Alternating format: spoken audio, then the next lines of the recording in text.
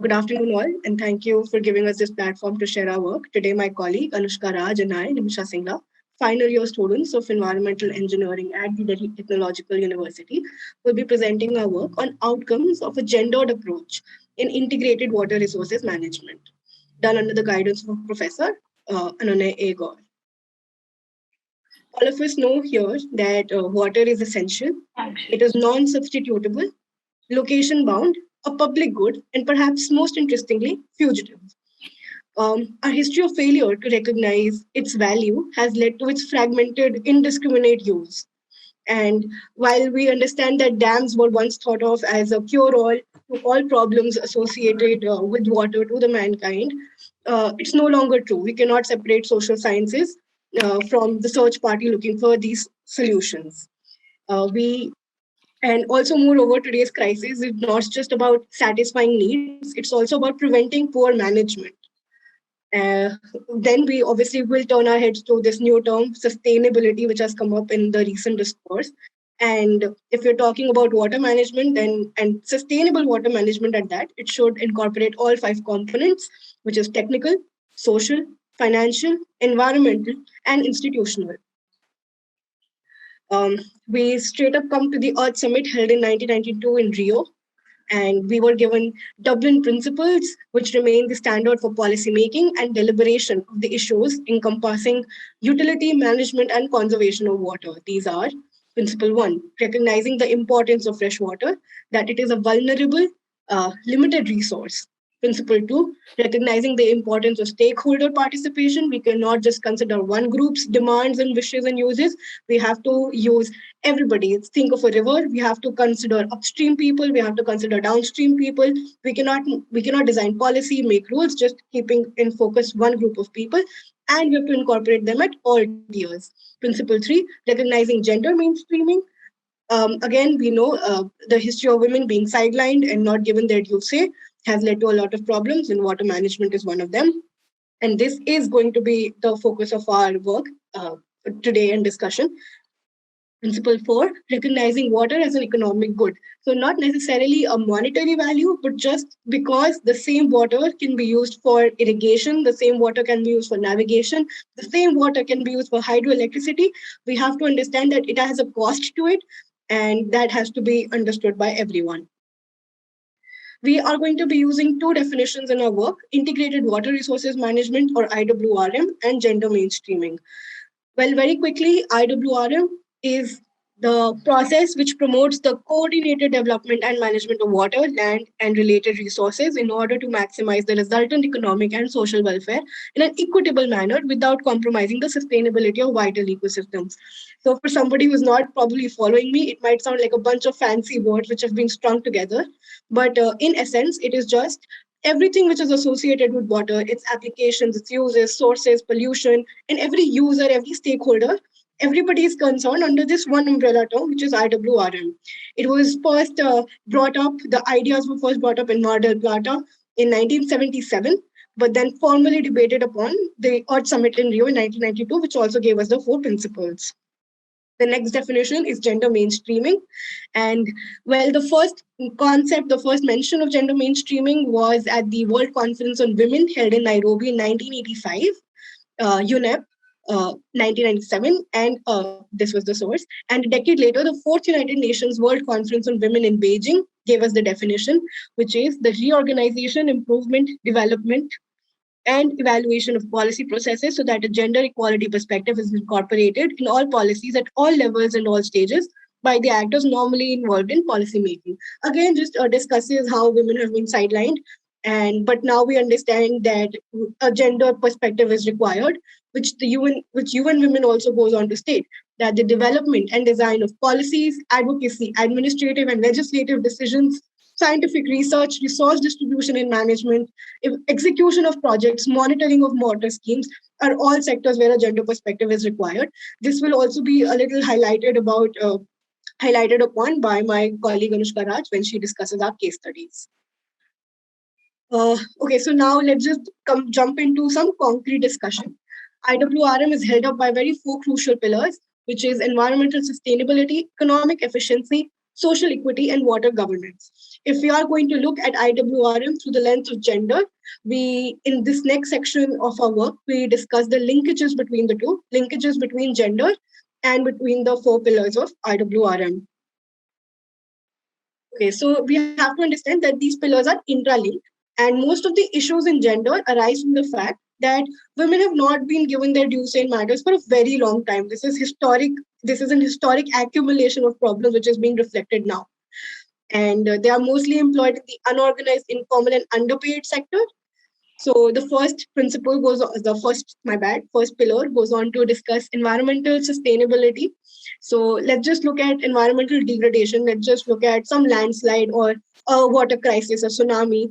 Now, women, if they're underemployed, they're probably living at the more secluded areas, more poorly organized sector of the society. They don't have the resources, they don't have access to some strategies, they are not equipped with dealing with these matters, right? Then, so basically they have direct exposure to domestic and industrial pollution as well, because these would probably be cheaper accommodations for women to have.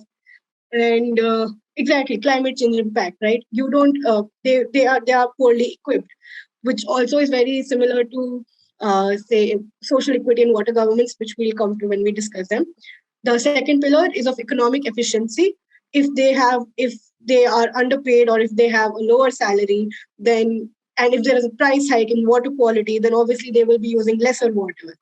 And that is an entire issue, which then goes on to sanitation and hygiene and other associated problems. Also, you will not have you will not have a fancier technology installed in their places.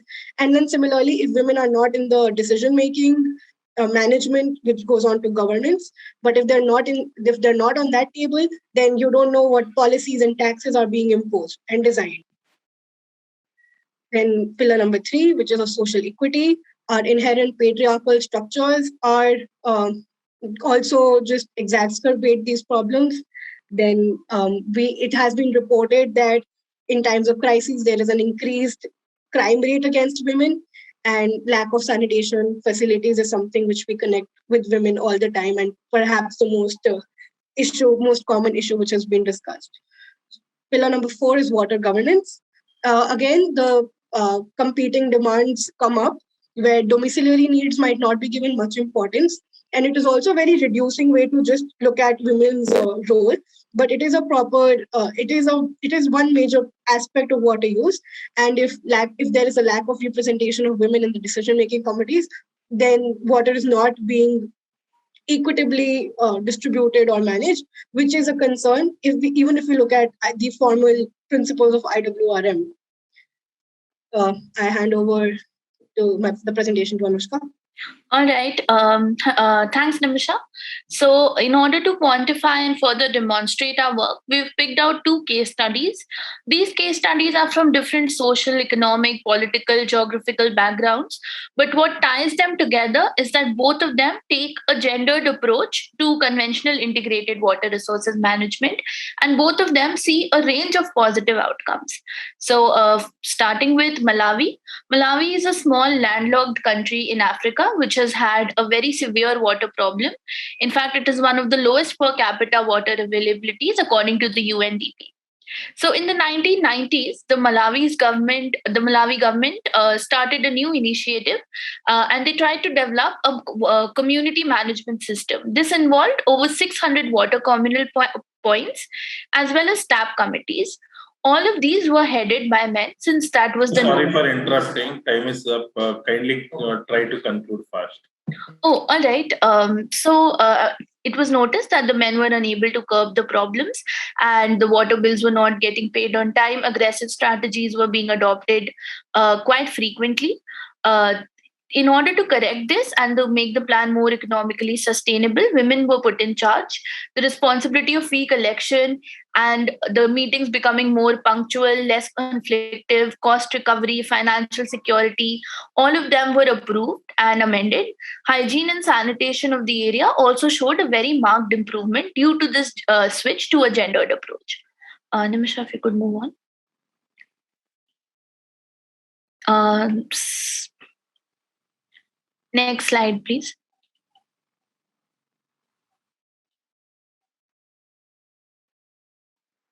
Next slide.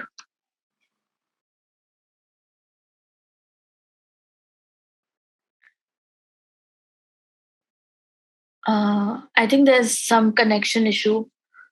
All right, yeah. So the next slide is from Pakistan, which is a small country in Asia. And this shows the example of how one woman switched to a gendered approach and how it led to positive occurrences for the entire community. So, in the village of Banda Golra, Naseem Bibi started a community-based organization which tried to take the water from previous governmental institutionalized places and put the people in charge.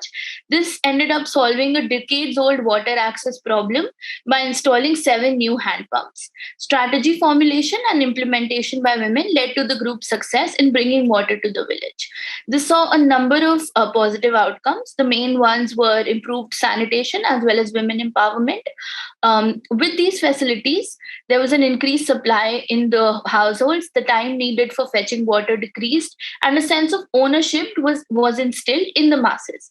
Conscious efforts by women to include men in this discourse about water management also proved rewarding, and they found a willing audience in places where their households were much more oppressive before the start of this creed. Next slide, please.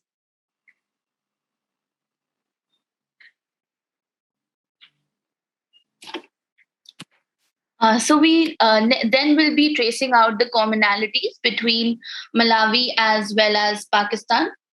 Please switch to the previous slide. Yeah. So close study of the gender-centric IWRM solutions indicates that giving female the due say in the decision-making process impacts not just them, but also their families and communities. It's also shown a very marked improvement in the health of the community, and the switch of responsibility has also led to improved sanitation.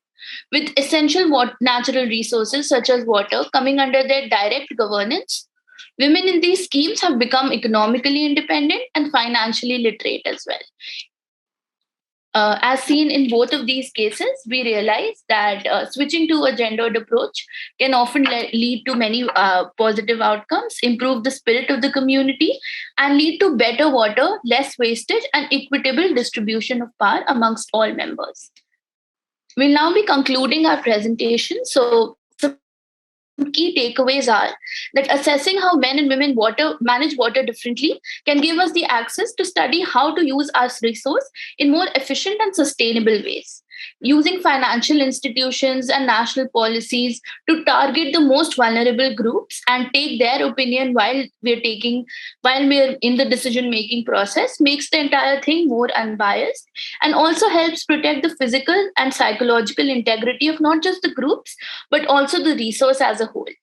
Improving water related issues improves the quality of life that women lead and has a positive externality for the entire society. So, what we would like to say after all this is that gender mainstreaming in integrated water resources management is not the only way to go about it, neither does it guarantee that it will give results. But what it guarantees is that any of our water management goals will probably not be achieved if gender mainstreaming is not integrated as a part of it. So I think that wraps it up. These are some of our key references that we used while writing our research paper. And thank you for your attention.